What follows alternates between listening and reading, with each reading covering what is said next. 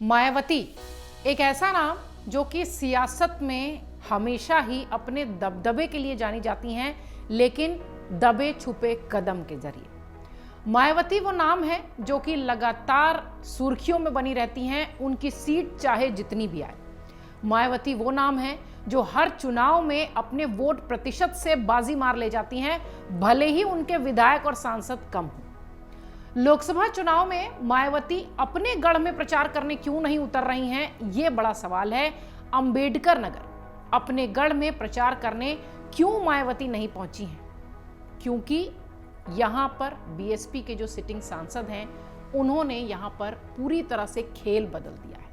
क्या है पूरा माजरा और क्यों मायावती जो है अपने गढ़ में थोड़ी सी उदासीन दिखाई पड़ रही हैं, एक्टिव नहीं नजर आ रही हैं, बताते हैं आपको। राजनीति का रिश्ता अगर कहिए तो बड़ा अजब गजब है, कभी जुड़ाव तो कभी दुराव। अंबेडकर नगर बसपा के संबंधों में कुछ ऐसा ही है। करीब 3 दशक की राजनीति में यह पहला मौका होगा जब बीएसपी प्रमुख मायावती पार्टी के गढ़ रहे अंबेडकर नगर से फिलहाल दूरी बनाकर चल रही हैं। चुनाव प्रचार करने भी यहां पर नहीं नजर आई। वहीं मुख्यमंत्री योगी आदित्यनाथ की यहां पर 2 सभाएं प्रोजेक्ट थी, लेकिन आचार संहिता में कुछ हेरफेर हुआ और समय को लेकर कुछ बदलाव किया गया, जिसके बाद से कि यहां पर वो दौरा पर नहीं आ पाए। लेकिन प्रचार खत्म होने के अंतिम दिन 23 मई को गृह मंत्री अमित शाह यहां सभा करते जरूर नजर आए।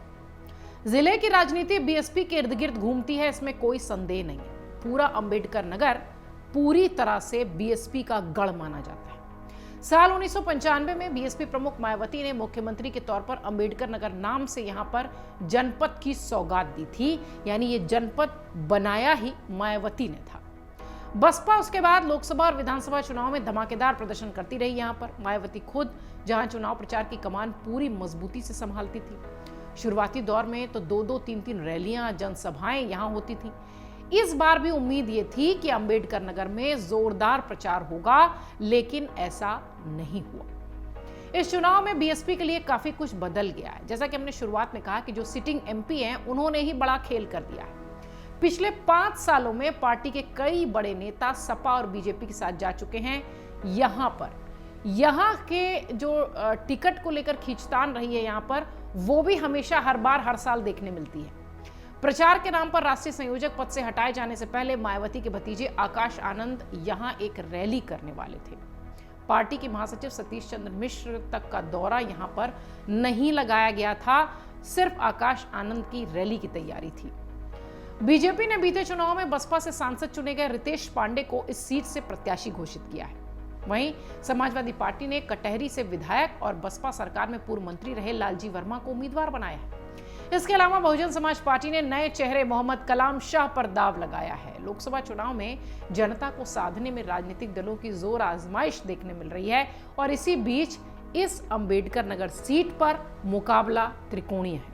लेकिन उत्तर प्रदेश की अंबेडकर नगर सीट एक ऐसा संसदीय क्षेत्र है जहां पर बीते 3 दशक से जनता की धुरी सपा, बसपा, बीजेपी के बीच ही घूम रही है और इस साल भी मुकाबला त्रिकोणीय ही है। जैसा कि हमने बताया, बीजेपी इस बार थोड़ी सी मजबूत स्थिति में राजनीतिक विश्लेषकों के अनुसार दिखाई पड़ती है, लेकिन चूंकि ये गढ़ ही बीएसपी का है, इसलिए कुछ भी कह पाना शायद जल्दबाजी होगी। इस बार के लोकसभा चुनाव में भी अंबेडकर नगर के जो संसदीय क्षेत्र है, वहां पर सपा, बसपा और बीजेपी के प्रत्याशी मैदान में है और एक दूसरे को जमकर टक्कर दे रहे हैं।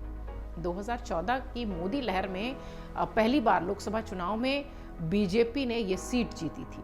बीजेपी के प्रत्याशी डॉक्टर हरिओम पांडे ने 4,32,104 मत हासिल किए थे। इसके बाद 2019 में बसपा सपा के गठबंधन पर चुनाव हुआ था और बसपा ने राकेश पांडे के बेटे रितेश पांडे को प्रत्याशी बनाया था। बसपा प्रत्याशी 5,64,118 मत से जीते थे और बीजेपी के मुकुट बिहारी 4,68,000 वोटों से जीते थे, दूसरे नंबर पर रहे थे। साल 1951 में फैजाबाद पूर्व के नाम से बने लोकसभा क्षेत्र में शुरुआती 2 जीत कांग्रेस के खाते में रही थी।